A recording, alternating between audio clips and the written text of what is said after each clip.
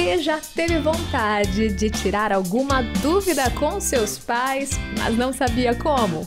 Com base bíblica, viemos trazer a resposta para suas dúvidas, em uma conversa leve e descontraída, de pai para filha. Está começando mais um De Pai para Filha. Eu sou a Gabi Gouveia, estou aqui com meu pai, JP Gouveia. É nóis. E hoje, pai, vou te perguntar sobre falar em línguas. Eita, vai esquentar então o ambiente, porque tá frio, viu? Mas, ó... Vai, tira. Desculpa, com todo respeito. Todo respeito. Mas, ó, eu queria te perguntar por quê. Tem uma igreja...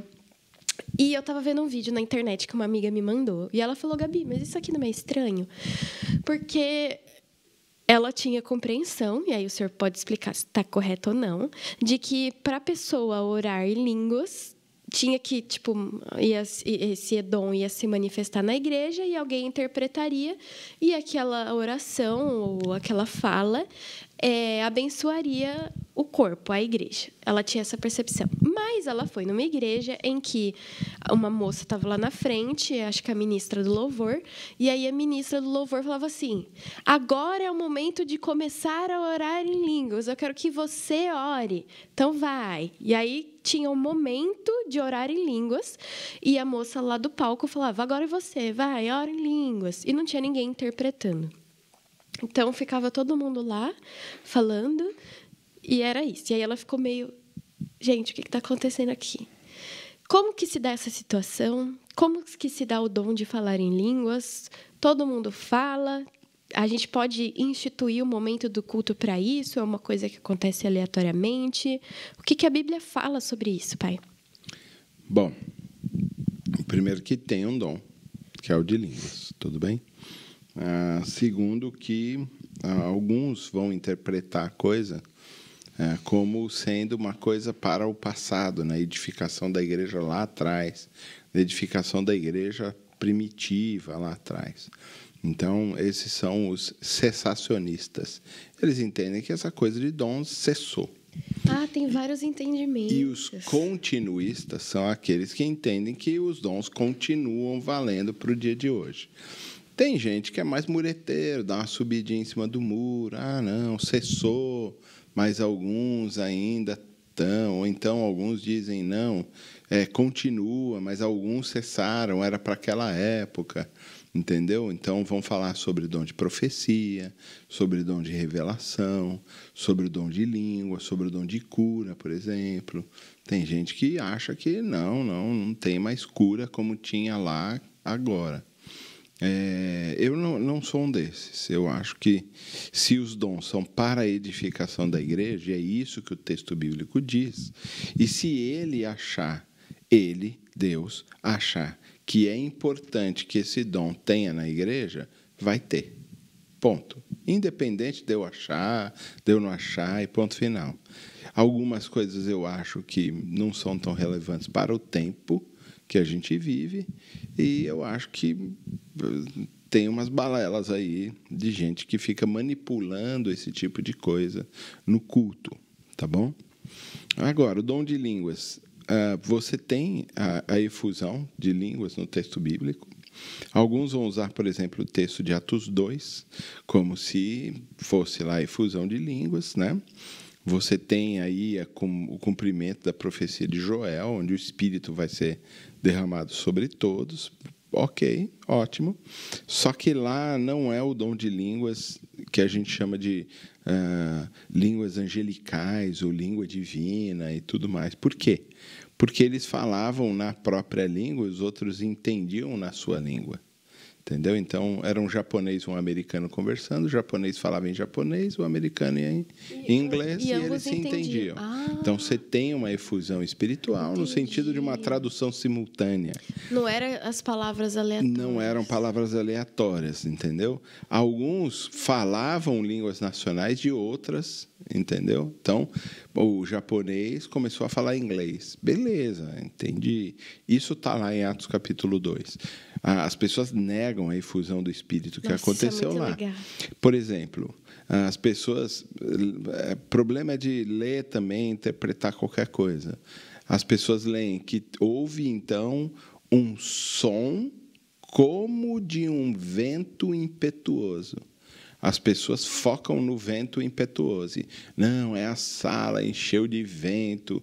Não teve vento. Teve um som como de um vento impetuoso. Um exemplo. Só isso. Tá? Então, não teve vento, teve um som. Né? Lá em casa, quando você vai lá, começa a ter muito vento. As árvores ficam, parece que está chovendo. E muitas vezes eu já falei, está chovendo. E não era. Só o som das árvores. Era um som como de uma chuva forte. Mas não era um vento que estava batendo nas árvores. Mas era um som.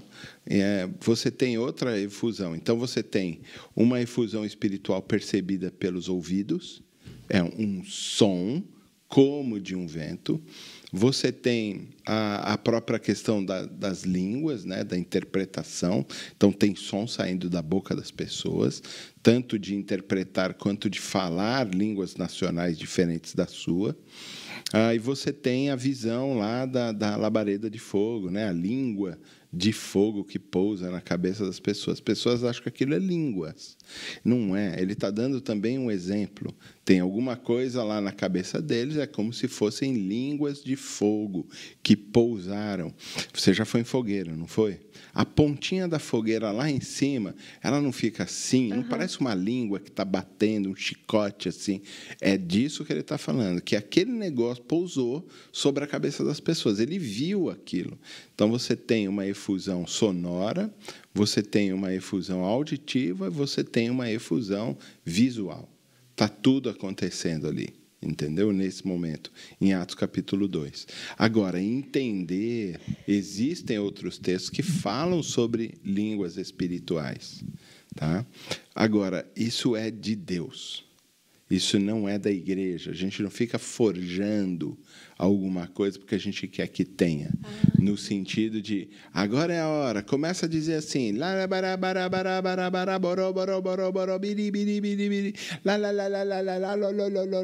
Quem faz acontecer é o Espírito. O que a gente chama isso, aí em psicologia vai ser muito forte, né? Porque a gente está desbloqueando um tipo de sistema que a gente chama de glossolalia. Inclusive, a palavra lá é de glossa, é de glossolalia, quando aparece no texto bíblico. É alguma coisa para a psicologia, né, para os terapeutas, o cérebro fica inativo. Que isso? E o cara fala qualquer coisa. Criança, por exemplo. A criança faz uma glossolalia, ela fica... Sério? Isso é glossolalia. Entendeu? A criancinha pequenininha. Então, não está lá a nossa sobrinha lá, filha da Natália. Ela está lá, manda o videozinho, e ela está lá... Ela está realmente acessando um lugar onde a fala vai acontecer, mas, por enquanto, é só barulho. Não tem funcionamento do cérebro no sentido de fazer uma cognição, de montar uma frase, uma palavra que tenha sentido. Em muitas situações, quando esse movimento é causado, é só glossolalia. Só glossolalia. Agora, e eu não estou dizendo aqui que não exista línguas espirituais, entendeu? Para você ter uma ideia. Quem ora, Paulo diz, ora em línguas, né? Ora e edifica a si mesmo. Muito bem. Muito possivelmente, e eu acredito nisso também, que a pessoa que fala sabe o que está falando, mesmo que esteja falando em uma língua diferente da sua. Então não necessariamente todo mundo precisa entender quando a pessoa ora em línguas. Na minha visão, acho que todo mundo... Não estamos falando de todo mundo. Eu acho que quem ora sabe o sentido, sabe aonde a coisa está indo. Entendi. Tá? Agora, quando for em público, aí precisa ter um intérprete. E se for entre duas pessoas? Tipo, eu estou orando com alguém e a pessoa começa a orar em línguas. Precisa ter intérprete. Porque senão você não vai entender. Mesmo que a pessoa esteja entendendo. Essa é uma prova de que não é uma ação espiritual? E é só glossolalia ou não? Então, parece que a Bíblia põe parâmetros. O que os cessacionistas também entendem? Que ele está dizendo que, por exemplo, quando vai um americano lá na igreja, precisa ter um tradutor. Porque o cara vai ficar lá pregando em inglês e a galera não fala inglês, não vai saber o que é. Você entendeu? Sim. A ideia é essa. Vai um chinês pregar na igreja. Tem que ter um intérprete, tem que ter alguém lá. Mas isso é uma ordem bíblica ou não? Isso é uma ordem bíblica. Isso é um sistema bíblico de... Tem que ter ordem, né? Tem que ter ordem no sentido de... As pessoas precisam entender o que está acontecendo. Não ficar... Lógico. Então, o cara vai falar em línguas, em público, vai. Então, precisa ter intérprete para edificar todo o corpo.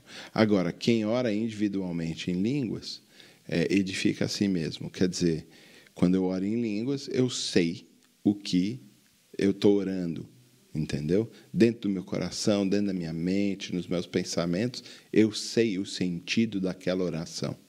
Eu talvez não tenha palavras para, mas isso está acontecendo. Então, quando for individual, ora em línguas, você ora e edifica a si mesmo. Quando for em público, a ideia é que a gente faça. Agora, cuidado com essas manipulações, entendeu?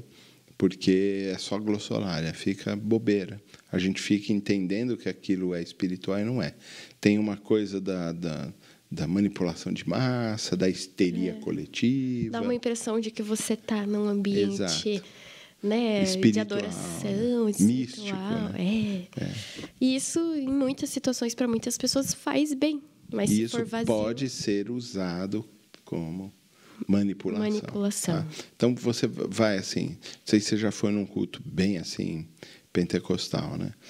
Eu já vi artigos escritos sobre isso. Quer dizer, as pessoas vão, elas gritam, elas batem no ar, batem no diabo, falam... Eu já vi uns que tem até fogueira no meio. E aí tem toda aquela efusão emocional colocada lá.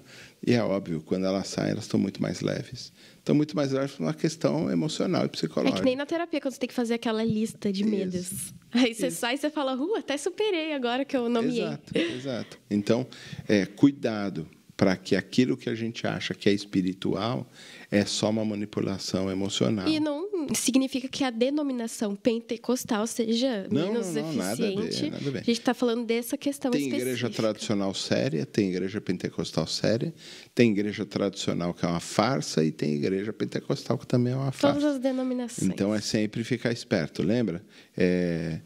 Humilde como a pomba, né?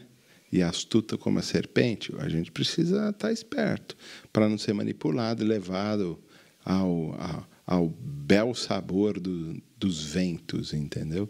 Para a gente não ser manipulado. Nossa, eu amei esse bel sabor. Foi muito culto, pai. Gente, se você quiser participar do bate-papo, já sabe, né? Se você escuta de pai para filha, você pode participar no nosso chat acessando youtube.com/nacontramãortm ou mandar uma mensagem pra gente no nosso Instagram ou WhatsApp. Tudo que você precisa está na descrição do episódio. É só acessar na sua plataforma favorita ou no site da RTM Brasil. Até semana que vem. De pai para filha. Realização Transmundial.